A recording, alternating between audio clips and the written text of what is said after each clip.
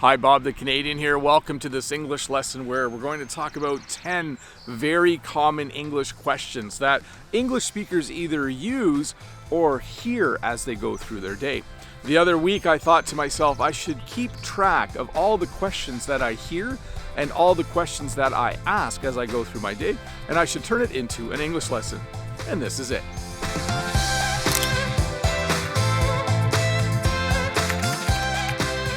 Question number one that I hear almost every day is the question, how did you sleep? This is a question that you would hear at home. It's a question that family members would ask of each other. So a lot of times in the morning when I get up, Jen will say to me, hey, how did you sleep? And I'll reply by saying, oh, I slept great, or I'm a little grouchy right now because I didn't sleep very good at all. And I will also ask Jen the same question. I will ask my kids the same question as well. How did you sleep? It's just a nice way to start a conversation in the morning. It kind of helps you get a sense of what kind of mood the other person is in before you start to talk to them about other things. So, question number one that I hear almost every day, how did you sleep?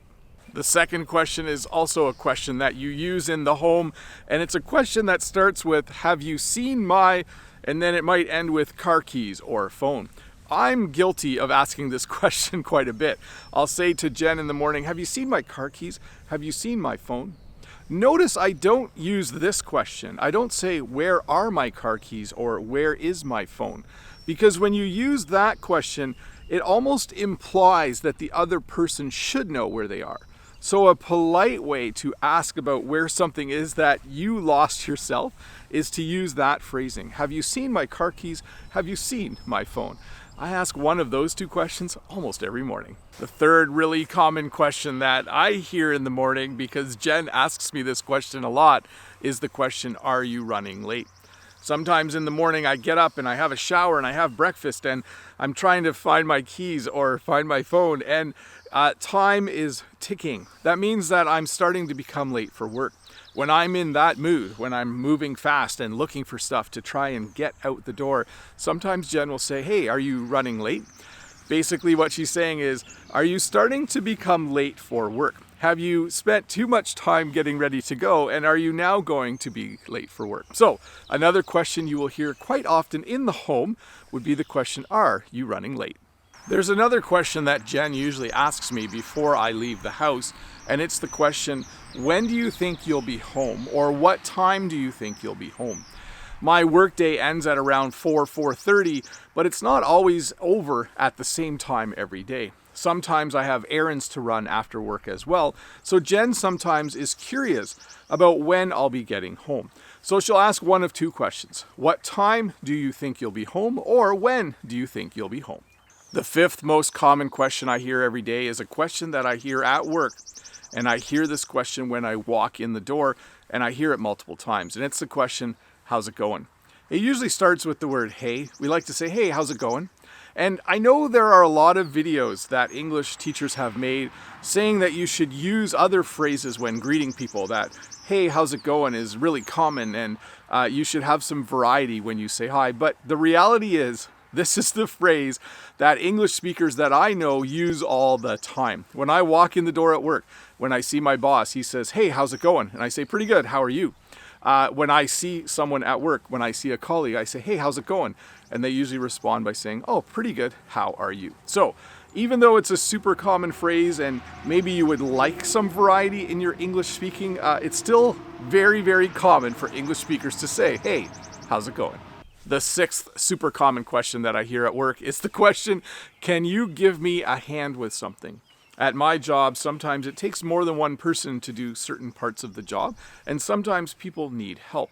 In English, when you give someone a hand with something, it means you're helping them. So if someone says, can you give me a hand with something later today? It means they need some help. You can also use this question if you want to be really nice. If you see someone doing something and you think they need help, you can say, can I give you a hand with that? Or can I give you a hand? So the sixth most common question that I hear at work is, can you give me a hand with something? The seventh most common question that I hear, and this is another question that I hear often at work, is the question, do you have a minute? When someone says to you, "Do you have a minute?" it usually means that they want to talk to you. Sometimes it means that they need help with something, but usually it means they want to talk to you. If my boss walks up to me and says, "Hey Bob, do you have a minute?" it means he wants to talk to me about something. If I see a student who has late work and hasn't handed it in, I might say to them, "Hey, do you have a minute?" It means that I want to talk to them. So the 7th most common question that you'll hear is, "Do you have a minute?" The 8th most common question is another question that I hear a lot at work, and I usually hear it at lunchtime, or I ask this question at lunchtime. And it's the question, "How's your day going?" Or, "How's your day going so far?" This is just a really polite way to begin conversation with colleagues at lunch. I work with really awesome, nice people, so we really enjoy talking about each other's day as we eat lunch together. So, the 8th most common question that I hear in my day as an English speaker, "How's your day going?" or "How's your day going so far?" How's your day going so far? I hope pretty good.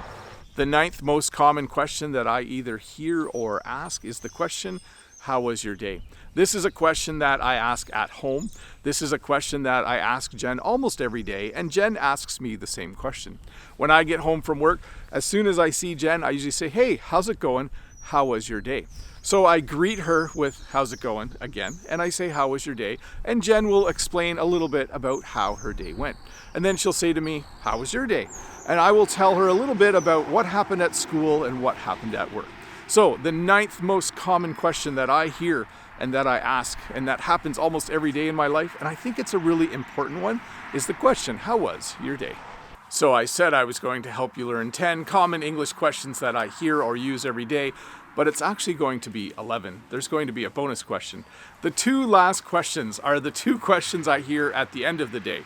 The first question is, "What time are you going to bed?" Jen and I usually go to bed somewhere between 10 and 11, but it's not the same time every night. So sometimes when I'm done watching TV or done reading a book or we're done playing a game or something, I'll say to Jen, "What time are you going to bed?" And Jen sometimes asks me that question as well. Sometimes I'm playing a game on my computer at 10 o'clock and she'll say, "Hey Bob, what time are you going to bed?" And then the other question is the last question that Jen usually asks me, and it's the question, "Did you set the alarm?"